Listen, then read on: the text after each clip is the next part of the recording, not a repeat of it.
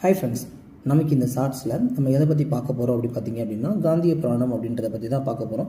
So காந்திய புராணம் அப்படின்னு எடுத்துக்கிட்டோம் அப்படின்னா அதில் மொத்தம் 8 காண்டங்கள் இருக்கும். அதில் மொத்த பாடல்கள் எண்ணிக்கை 234 அப்படின்னு சொல்லி 2034 பாடல்கள் இருந்திருக்கும். ஸோ இதை காந்திய புராணம் அப்படின்னு சொல்லும் போதே இதை யார் மையப்பொருளாக கருப்பொருளாக பாடிப்பாங்க அப்படின்னு பார்த்தீங்கன்னா காந்தியை பற்றி தான் பாடியிருக்காங்க. ஸோ இதை எழுதுனது யார் அப்படின்னு பார்த்தீங்கன்னா வாழும் ஔவையார் அப்படின்றவங்க தான் இதை எழுதியிருப்பாங்க. ஸோ அவங்களோட பேரை நீங்கள் கமெண்ட் செக்ஷனில் சொல்லுங்கள். ஸோ இது 8 காண்டங்களாக இருக்குது அப்படின்னு சொல்லி பார்த்தோம்ல. இதோட முகவுரை என்ன சொல்லிக்க முகவுரை திருவிக்கா அவர்களால் எழுதப்பட்டிருக்கும். ஸோ அதில் ஒரு விஷயம் சொல்லியிருப்பார். மெய்நூல் ஓதி மெய்யுணர்வு பெற்ற மெய்யன்பராகிய காந்தியடிகளை முதலாவதாக கொண்ட நூல் எது? காந்திய புராணம். ஸோ இதில் பார்த்தீங்க அப்படின்னா மொத்தம் 8 காண்டங்கள் இருக்குது அப்படின்னு சொல்லியிருந்தோம்ல.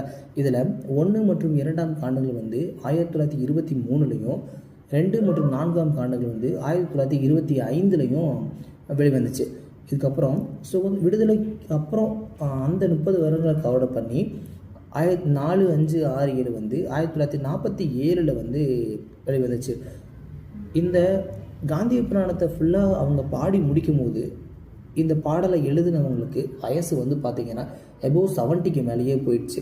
ஸோ இதில் பார்த்தீங்க அப்படின்னா 1, 2 காண்டங்கள் காந்தியடிகள் சிறை சென்றதை பற்றியும், இதுக்கப்புறம் 4, 5, 6 அந்த காந்தி 30 ஆண்டு வாழ்க்கையை பற்றி சொல்லியிருப்பாங்கல்ல. இதில் 4ஆவது காண்டம் கதர் பொருட்களும் அதோட கதர் பொருட்களை பற்றி மையப்பொருளை பற்றி சொல்லியிருப்பாங்க. ஸோ அவ்வளோதான் ஃப்ரெண்ட்ஸ். தேங்க்யூ.